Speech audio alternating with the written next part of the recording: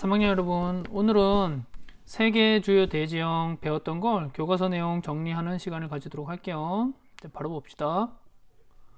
세계 주요 대지형의 첫 번째 이 생각열기 그림을 보면, 지도를 보면 남아메리카 대륙의 동쪽 해안선과 아프리카 대륙의 서쪽 해안선, 여기가 퍼즐 조각처럼 잘 맞는다는 거죠.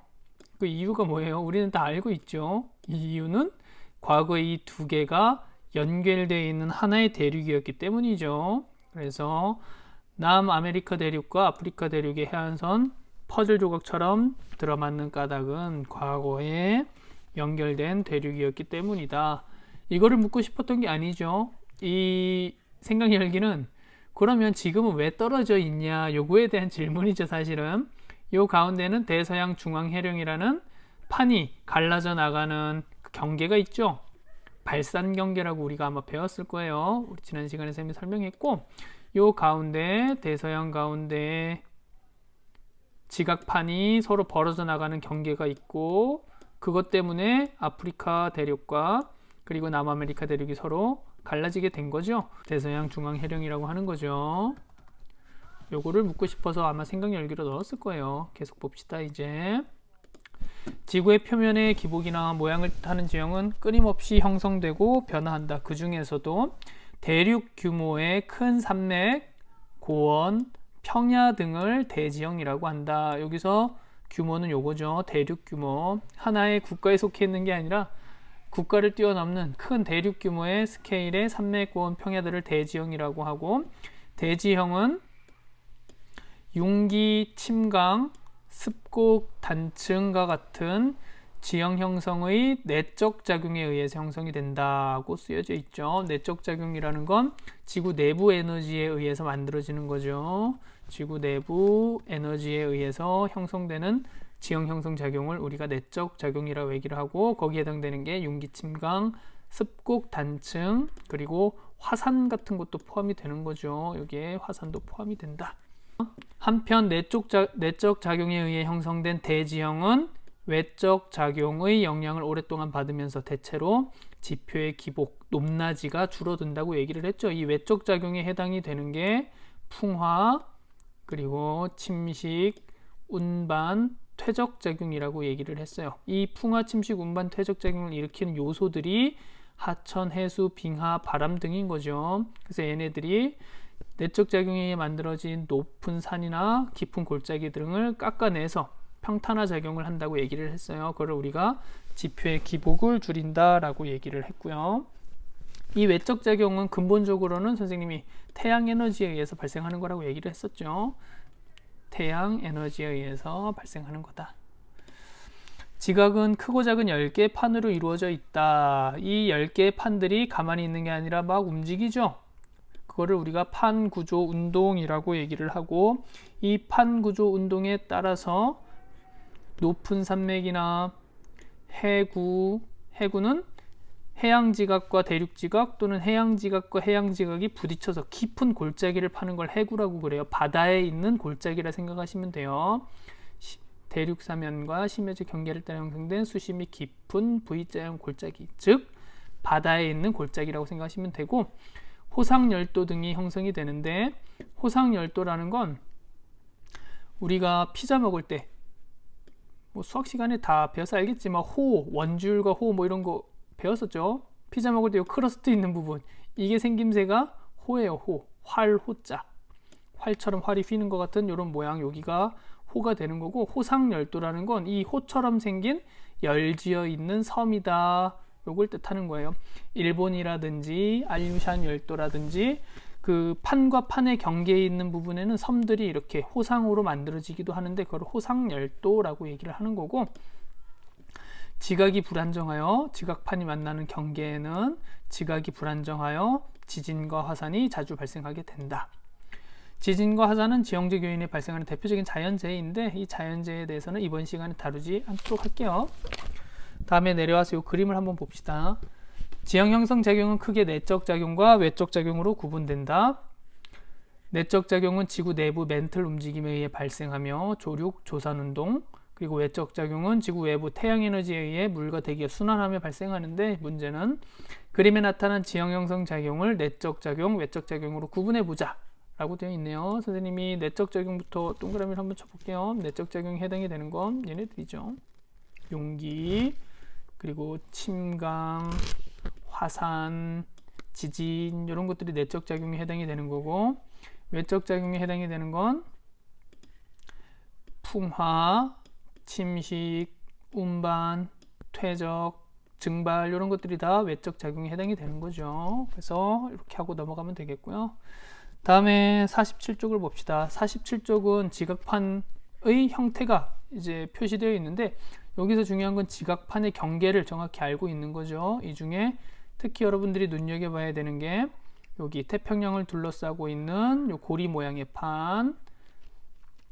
사실은 뭐 정확히 고리 같지는 않죠. 근데 그냥 둥근 형태라고 해서 이거를 불의고리, 환태평양 조산대라 부르는 거고, 그리고 아프리카판과 유럽판, 유라시아판 사이에 여기는 알프스 산맥과 히말라야 산맥을 거쳐가는 알프스 히말라야 조산대가 있고, 그리고 여기 대서양 중앙해령이 지나가는 거죠. 여기랑 여기 똑같은 거죠.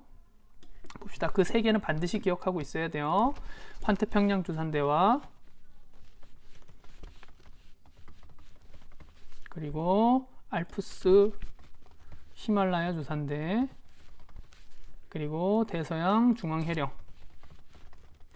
판의 경계 중에 이 세 가지는 반드시 기억하고 있읍시다. 선생님이 판의 경계 유형이 크게 세 가지로 나뉘어진다 얘기를 했어요. 충돌 경계, 다른 말로 수렴 경계, 한 곳으로 부딪히는 곳, 그리고 또 하나는 발산 경계, 그리고 또 하나는 보존 경계, 이렇게 세 개로 구분이 된다고 얘기를 했는데, 이 중에서 충돌 경계와 발산 경계를 잘 기억하고 있어야 돼요. 내용을 봅시다. 첫 번째 나와 있는 거, 두 대륙 지각이 서로 갈라지는 곳. 지금 우리가 이거 배운 거 하나밖에 없어요.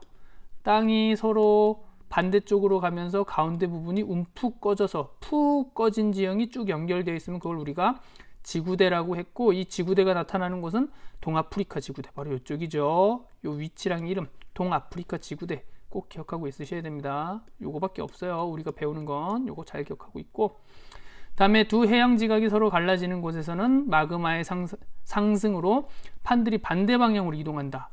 바닷가 속에서 해양 지각과 해양 지각이 서로 반대 방향으로 이동하면 요 가운데 마그마가 계속 뿜어져 나오게 되는 거죠. 판은 서로 멀어지고, 이거를 우리가 해령이라고 부르고, 우리가 알고 있는 유명한 해령이 대서양 중앙해령이 되겠습니다. 이거 잘 기억하고 계셔야 돼요. 대서양 중앙해령에 있는 국가 아이슬란드도 기억하고 있고, 하나 여기 나와 있는 동태평양에 있는 해령은 이쪽이에요. 이쪽 나스카판과 동태평양판, 이거 갈라지는 거, 여기도 발산 경계에 해당이 되는 거죠. 근데 대서양 중앙해령만 잘 기억하고 있으시면 되고, 다음에 해양 지각이 대륙 지각과 수렴하는 곳, 충돌하는 곳이죠. 여기 해양 지각이 대륙 지각과 충돌하는데, 해양 지각이 더 무거워요. 무거운 게 아래로 가는 거죠.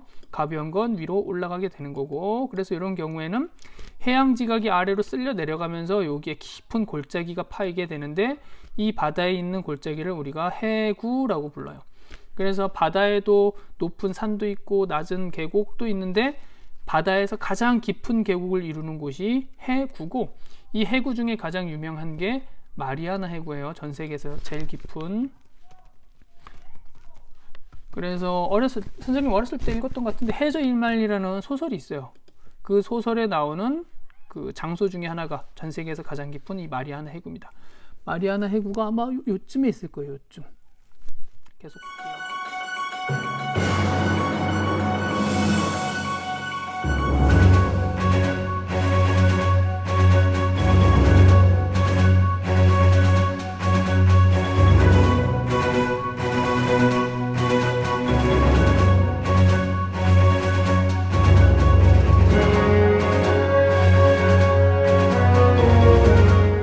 계속 볼게요.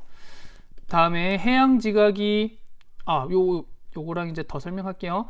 해양 지각과 대륙 지각이 부딪히는 곳에서는 이 대륙 지각이 해양 지각이 아래로 밀려 들어오니까 대륙 지각은 위로 솟아오르면서 산맥이 만들어지기도 해요. 그 대표적인 지역이 이쪽이죠. 남아메리카판에 있는 안데스 산맥, 북아메리카에 있는 로키 산맥 등이 해당이 돼서 지금 여기 나와 있는 거죠. 다음에 해양지각이 해양지각과 수렴하는 곳, 해양지각과 해양지각이 부딪히는 곳이에요. 여기는 아까 대륙지각과 해양지각이 부딪히는 것처럼 해구가 만들어지기도 하고, 그리고 호상열도가 만들어지기도 한다고 얘기를 합니다. 근데 이 대륙지각과 해양지각이 부딪히는 곳에서도 여기 마그마가 올라와서 호상열도가 만들어져요. 그래서 얘네 두 개는 동일하다 생각하시면 돼요. 이 두 곳 모두 다 열도가 만들어지고, 꼭 호상열도가 아니라 일열로 나타나기도 해요. 그래서 열도가 만들어지고, 그리고 해구가 분포하고 있다고 생각하시면 되고, 이 둘의 차이점은 바로 얘 같은 경우에는 대륙지각과 해양지각이 만들어지는 경우에는 산맥이 만들어진다는 거. 얘는 산맥이 만들어질 수는 없겠죠. 해양지각과 해양지각이 부딪히는 거니까. 마지막 다섯 번째는 대륙지각이 대륙지각과 부딪히는 곳. 여기에는 대륙지각이 부딪혀서 우리 가장 높은 산맥 만들어냈었죠. 이쪽에 있는 인도 오스트레일리아판과 유라시아판이 부딪혀서 여기 높은 산맥, 히말라야 산맥을 만들어냈고, 히말라야 산맥은 지층의 두께가 두꺼워서 마그마가 뚫고 올라올 수 있다 없다? 없다 그랬죠. 그래서 이곳에서는 히말라야 산맥에서는 화산이 없다고 선생님이 얘기를 했어요. 화산 활동이 없다. 지각층의 두께가 두꺼워서 그런 거죠. 이제 내용을 또 계속 볼게요. 지진과 화산 활동에 따른 피해, 요거는 선생님이 생략하도록 할게요. 화산 지역 나갈 때 설명할 기회가 있을 거예요. 다음 페이지 넘겨서 48페이지 보도록 합시다. 세계 대지형은 조산운동을 받는 시기에 따라, 조산운동이 산을 만드는 운동, 안정육괴, 제일 먼저 만들어진 거죠. 오래된 거, 그리고 그 다음에 만들어진 거 고기습곡산지, 가장 최근에 만들어진 거 신기습곡산지, 이렇게 세 가지로 나뉘어진다. 안정육괴는 시원생대에 만들어졌고, 그리고 오랜 기간에 걸쳐 침식작용을 받았기 때문에 해발고도가 낮고 평탄한 편이지요.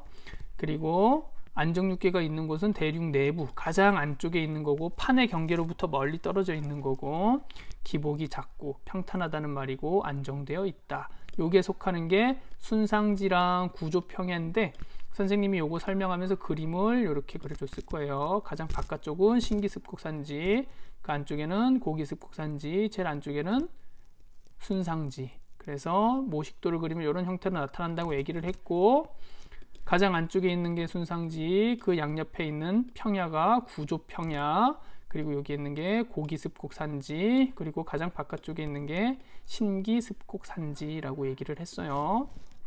계속 볼게요.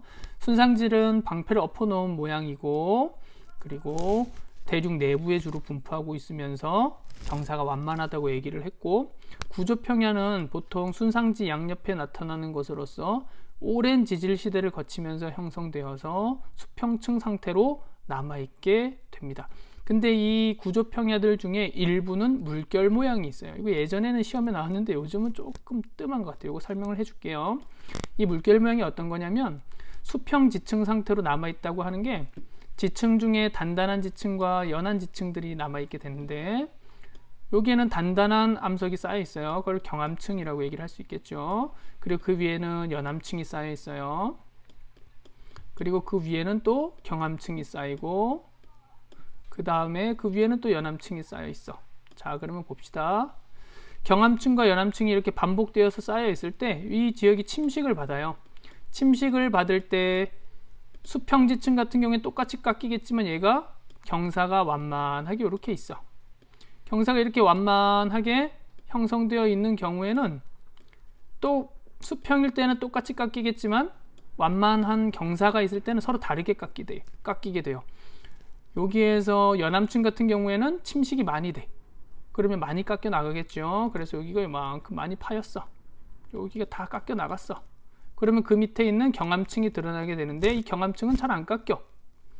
그런데 요 밑에 있는 연암층, 여기 연암층이 드러났죠. 연암층은 많이 깎여. 이렇게 파여. 그 다음에 여기 밑에 있는 경암층은 잘 안 깎여.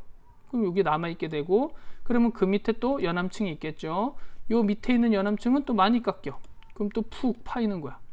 그리고 그 바깥쪽에 있는 또 경암층은 잘 안 깎여서 그대로 남아있게 돼. 단단해. 잘 안 깎여서 이렇게 높게 남아있어. 이렇게 높게 남아있게 되면, 이게 오랜 세월을 반복하게 되면 가운데를 중심으로 이렇게 물결 치는 것처럼 이렇게 반복돼요. 이런 모양이 계속 이렇게 반복돼. 그래서 이게 마치 물결이 일렁이는 모양과 같이 생겼다 그래서 물결 모양이라고 하고, 이런 지형을 따로 가리키는 이름이 있어요. 이런 지형을 캐스타라고 얘기를 해요. 유럽 대평원에 많이 발달되어 있는 게 이 캐스타 지형입니다. 요거 기억해 두세요. 근데 요즘은 시험에 잘 나오는 추세는 아닙니다. 어쨌건 여기 나와 있으니까 선생님이 설명을 하는 거고, 세계 주요 대지형 살펴봅시다. 자료 2번을 보게 되면 프랑스 남부에서 우랄 산맥까지 펼쳐진 넓은 평원, 이게 유럽의 대평원이 되는 거예요. 유럽의 대평원이 되는 거고, 그리고 요 오른쪽에 있는 건 로렌시아 순상지, 여기는 이쪽 캐나다 순상지죠. 다른 이름이죠. 그래서 얘는 위치가 이쪽이고, 얘는 여기 발트 순상지 밑에 있는 여기가 유럽의 대평원이 되는 거고, 로렌시아 순상지는 이쪽 캐나다 쪽이 되는 거죠. 다음에 넘어가서 이제 다음 쪽을 봅시다. 습곡 산지는 형성 시기에 따라 고기 습곡 산지와 신기 습곡 산지로 나뉘어지게 되는데, 고기 습곡 산지는 주로 고생대에 만들어진 거고, 오랜 기간 침식을 받아 해발 고도가 낮고 경사가 완만한 산지를 이루고 있어요. 그리고 지각이 비교적 안정된 상태, 오래되었으니까. 그리고 석탄이 많이 매장이 되어 있고 주로 순상지 주변부에 분포하며, 요 산맥의 이름들을 꼭 기억하고 있어야 되는 거죠. 스칸디나비아, 우랄, 그레이트 디바이딩, 에팔레치아, 요 네 개를 잘 기억하고 있어야 됩니다. 시험에 많이 나오는 거니까. 다음에 신기습곡 산지는 중생대 말기부터 현재까지 조산운동으로 형성된 산지로서 해발 고도가 높고 험준하다. 신기습곡 산지는 가장 최근에 만들어진 거예요. 그래서 지각이 불안정하고 지진과 화산이 활발하다. 그리고 석유랑 천연가스 등이 매장이 되어 있고 지각판이 부딪히는 경계에 자리를 잡고 있다. 신기습곡 산지가 있는 곳은 환태평양 조산대, 그리고 알프스 히말라야 조산대, 여기가 해당이 된다고 보시면 되고, 여기에 속하는 산맥들이 로키 산맥과 안데스 산맥, 그리고 알프스 산맥과 히말라야 산맥, 요 네 가지 잘 기억해야 되겠죠. 다음에 이제 자료 5번을 봅시다. 요거는 해발 고도가 높은 신기습곡 산지, 여기는 구조평야, 그리고 여기는 에팔레치아 산맥, 고기습곡 산지가 되는 거고, 해발 고도에 따라서 이렇게 차이가 나는 거죠. 여기는 높고 여기는 낮고, 여기 가운데는 평평한 구조평야가 나타나는 거고. 자료 1, 3의 위치를 자료 4에서 찾아보자. 자료 1은 요거죠. 히말라야 산맥. 그리고 2, 3은 여기 있어요. 아까 2, 3은 찾았죠. 히말라야 산맥은 당연히 여러분들 뭐 다 알죠. 히말라야 산맥 이쪽에 표시하시면 되겠고, 다음 자료 4를 보고 신기조산대와 고기조산대, 순상지의 분포를 설명해 보자. 신기조산대 같은 경우에는 판의 경계에 위치해 있고, 고기조산대 같은 경우에는 대륙 내부에 위치를 하게 되는데 가장 안쪽이 아니라 신기조산대보다 안쪽에 위치한다. 이렇게 정리를 내리면 되겠고, 순상지는 대륙의 가장 내부에 형성되어 있다, 분포하고 있다 라고 하면 되겠죠. 자료 5, 7의 경관을 단면도와 관련지어 설명해보자. 아까 요거 설명했죠. 그래서 여기까지가 교과서 내용의 정리가 되겠습니다. 고생했습니다, 여러분.